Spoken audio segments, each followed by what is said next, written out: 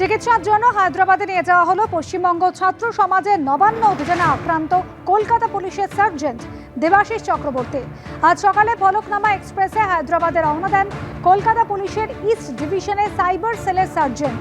তার সঙ্গে গিয়েছেন স্ত্রী এবং একজন সহকর্মী। হাওড়া স্টেশনে উপস্থিত ছিলেন কলকাতা পুলিশের আধিকারিকরা।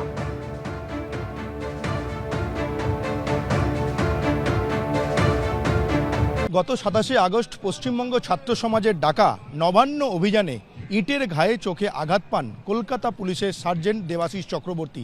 সেই দেবাশিস চক্রবর্তী চোখের চিকিৎসা করাতে এই রাজ্য ছেড়ে হায়দ্রাবাদ যাচ্ছেন। হাওড়া সেকেন্দ্রাবাদ ফলকনামা এক্সপ্রেসে এই কলকাতা ছাড়লেন দেবাশিস চক্রবর্তী। তাকে ছাড়তে হাওড়া স্টেশনে এসেছিলেন অন্যান্য পুলিশ আধিকারিক থেকে শুরু করে পাড়ায় তার যারা বন্ধুবান্ধব, তার সঙ্গে গেলেন তার স্ত্রী এবং পরিবারের অন্যান্য সদস্যরা। এলভি প্রসাদ আই ইনস্টিটিউটে আগামীকাল চিকিৎসকদের পরামর্শ নেবেন দেবাশিস চক্রবর্তী। ইটের ঘায়ে বিক্ষোভকারীদের ইটের ঘায়ে চোখে আঘাত লাগার পর কলকাতায় শঙ্কর নেত্রালয়ে মাল্টিপল সার্জারি হয়। মাল্টিপল সার্জারির পর শঙ্কর নেত্রালয়ের তরফে যেটা দাবি করা হয়, তার চোখ, তার রেটিনা সেভাবে নষ্ট হয়নি। ধীরে ধীরে তিনি দৃষ্টিশক্তি ফিরে পাচ্ছেন।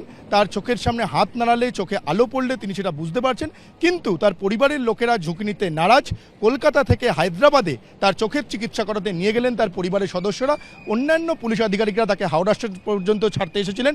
আগামীকাল এলভি প্রসাদ আই ইনস্টিটিউটের চিকিৎসকদের সঙ্গে যখন আলোচনা করবেন, সেই সময় কলকাতা থেকে আরও পুলিশ আধিকারিক তারা আগামীকাল সেখানে যাবেন। ক্যামেরায় অভিজিৎ দত্তের সঙ্গে সৌমিত্র রায়, এবিপি আনন্দ, হাওড়া। আজিকরে চিকিৎসককে ধর্ষণ খুনের ঘটনার পর সেমিনার রুমের ছবি ইতিমধ্যেই প্রকাশ্যে এসেছে। প্রশ্ন উঠেছে যে সেমিনার রুম অর্থাৎ ঘটনাস্থল যেটি, সেখানে এতজন কি করছিলেন? এই নিয়ে লালবাজারের তরফ থেকে সাংবাদিক বৈঠক করা হয়। ছবি প্রকাশ্যে এনে প্রত্যেকের পরিচয় সম্পর্কে জানানো হয়। তবে এখানে লাল জামা পরা যে ব্যক্তিকে দেখা যাচ্ছে এই ছবিতে, সেই ব্যক্তির পরিচয় নিয়ে কিন্তু এখনো ধোঁয়াশা। তার কারণ লালবাজারের তরফ থেকে ছবি সামনে এনে দাবি করা হয় লাল জামা পরা এই ব্যক্তি তিনি হচ্ছেন আনিসুর রহমান, যিনি ফিঙ্গারপ্রিন্ট বিশেষজ্ঞ। কিন্তু আইএম এর রাজ্য শাখা এই দাবি কিন্তু খারিজ করে দিয়েছে। আইএম এর তরফ থেকে এই লাল জামা পরা ব্যক্তির পরিচয় নিয়ে বলা হচ্ছে ইনি হচ্ছেন এসএসকেএম এর পিজিটি অভিজ্ঞ। পাল্টা দাবি করছে আইএম এ বেঙ্গল। ঘটনাস্থল সেমিনার রুমে থাকা লাল জামা পরা ব্যক্তির তাহলে সঠিক পরিচয় কি? কে ওই লাল জামা পরা ব্যক্তি? তার পরিচয় কি স্পষ্ট করবে লালবাজার? লাল জামা পরা ব্যক্তি এসএসকেএম এর হলে তিনি ঘটনাস্থলে কি করছিলেন?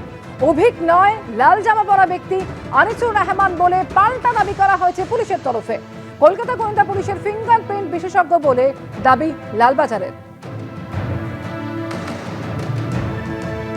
অর্থাৎ এই যে ছবি, অর্থাৎ সেমিনার রুমে যেখানে এই ঘটনা ঘটেছিল, চিকিৎসককে ধর্ষণ এবং খুনের ঘটনা, সেই ক্রাইম সিনের যে ছবি ইতিমধ্যেই সামনে এসেছে, সেই ছবিতে একেবারে স্পষ্ট দেখা গেছে যে ঘটনার পর সেখানে অনেকে উপস্থিত ছিলেন। আর সেখানেই প্রশ্ন ওঠে বারবার যে এতজন সেই সময় ক্রাইম সিনে ঘটনা ঘটে যাওয়ার পর কি করছিলেন?